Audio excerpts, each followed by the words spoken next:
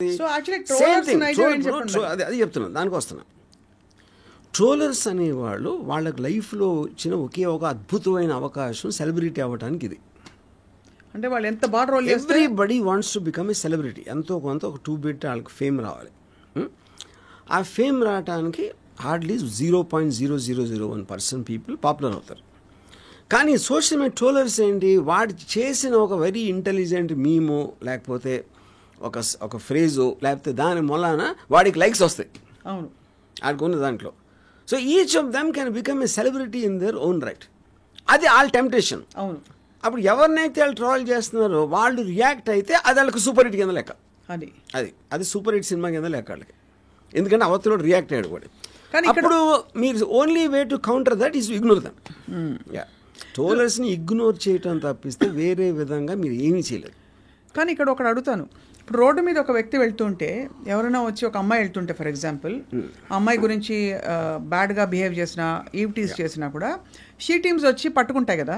మరి trollers they are doing the same thing in a virtual space. Why is that not an offence? ఎందుకంటే it is not possible. ఇప్పుడు మీకు freedom of speech ఉంటుంది. So the cyber లాస్లో ఇలాంటిది మీరు quantify చేసి దానికి ఏం సెక్షన్ అప్లై అవుతుంది చేయడానికి this was never taken into consideration in the constitution. Right. So we don't have the enough laws. ఇప్పుడు బూతులు తిట్టడానికి ఏమిస్తారు? ఇంకా the number of trolls which happen thousands and thousands. మీ పోలీస్ ఫోర్స్ ఎక్కడ సరిపోదు. ఎవరు nobody will be able to do that. అవును, అది చేయటానికి it is an impossible task. మీకు రైట్స్ ఎవడో వాళ్ళు వేసాడు, ఎవడెవడు వేసాడు అని పట్టుకుని ఎలాగ పాసిబుల్ అది?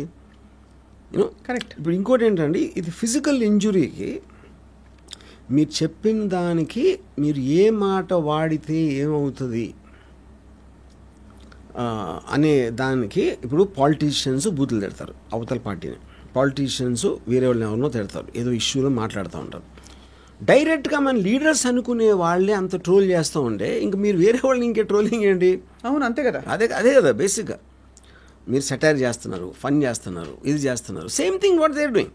అవును, అందుకని ఆ విషయాన్ని ఇగ్నోర్ చేయడం తప్పిస్తే వేరేది లేదు.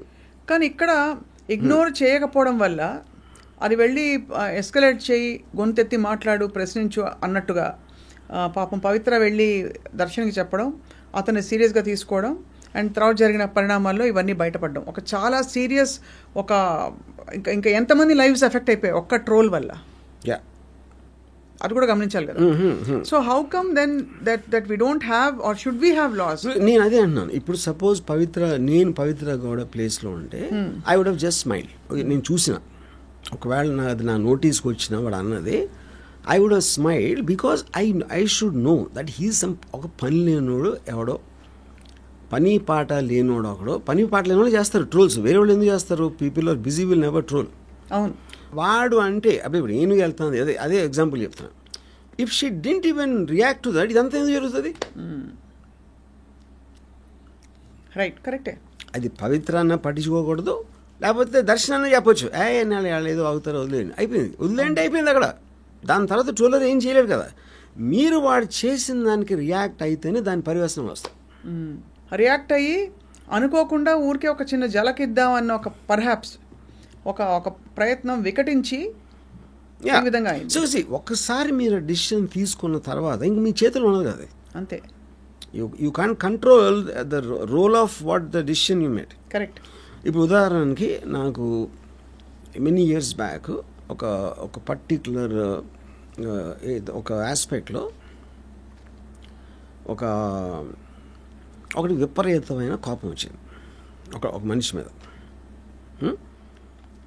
హీ నోస్ సమ్ ఫ్యాక్షన్ గా ఆ టైంలో.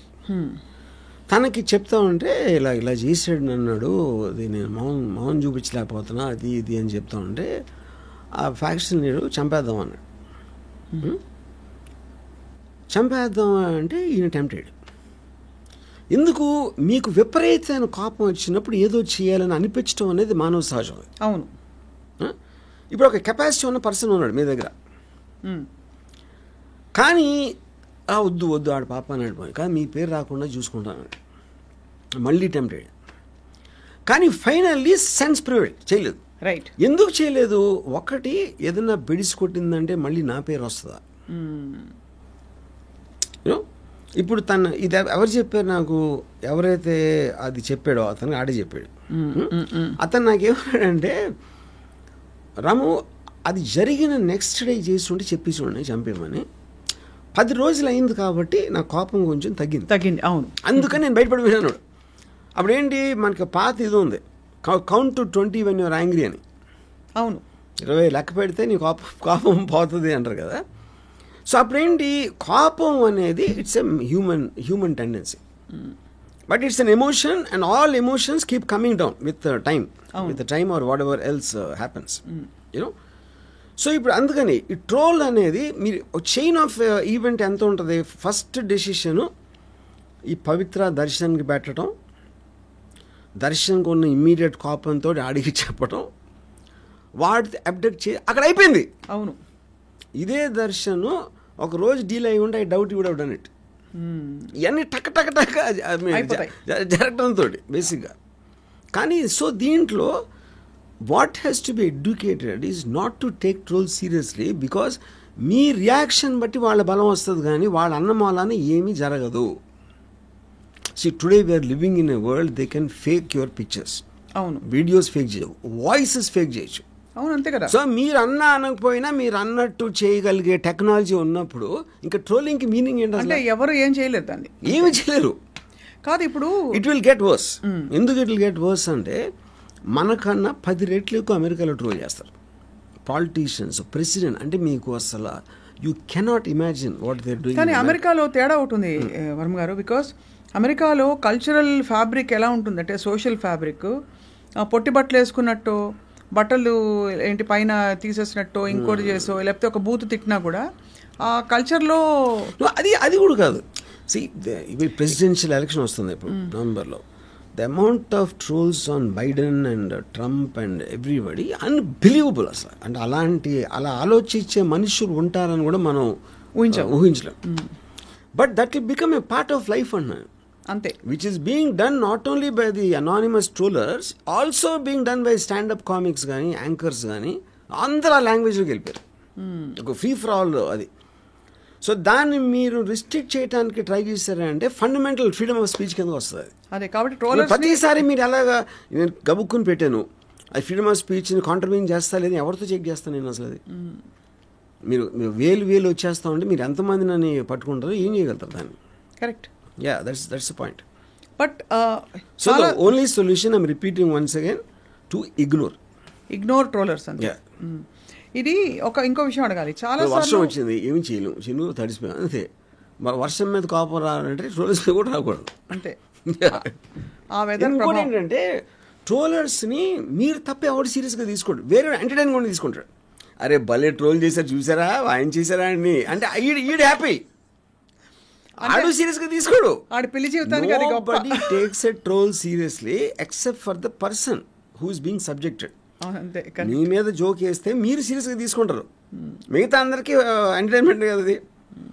ఇప్పుడు నా చిన్నప్పుడు ఒకసారి స్కూల్లో, నేను ఒక స్కూల్ బస్లో అంటే ఒక ఎవడో పిక్ పాకెట్ని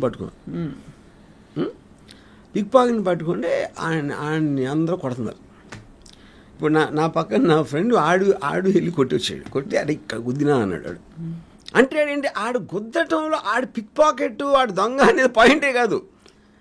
అలాంటి వాడు ఒకరిని కొట్టడానికి నాకు ఛాన్స్ వచ్చింది అని ఆడు super happy. Troller mentality exactly అదే ఉంటుంది. అది ట్రోలర్ మైండ్కి నా ఫ్రెండ్ సునకానందం కరెక్ట్. నా ఫ్రెండ్ మెంటాలిటీకి ఏమి డిఫరెన్స్ ఉండదు. సో చాలా సందర్భాల్లో ఈ సునకానందం వేరే వాళ్ళకుండి ఫేక్ ప్రొఫైల్స్ క్రియేట్ చేసి ట్రోల్ చేయిస్తారు.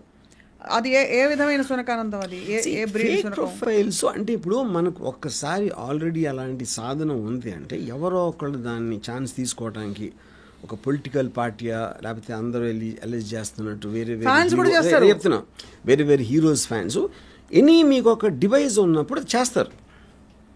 దట్ ఈస్ అంటే all is fair and war and love లాగా. బట్ అక్కడ కూడా సొల్యూషన్ అదే కదా, మీరు పట్టించుకోకపోతే అదేమవదు అంతే. యా. సో ఇక్కడ మరి ఆబ్వియస్లీ ఒక చాలా పెద్ద పొరపాటు జరిగిపోయింది.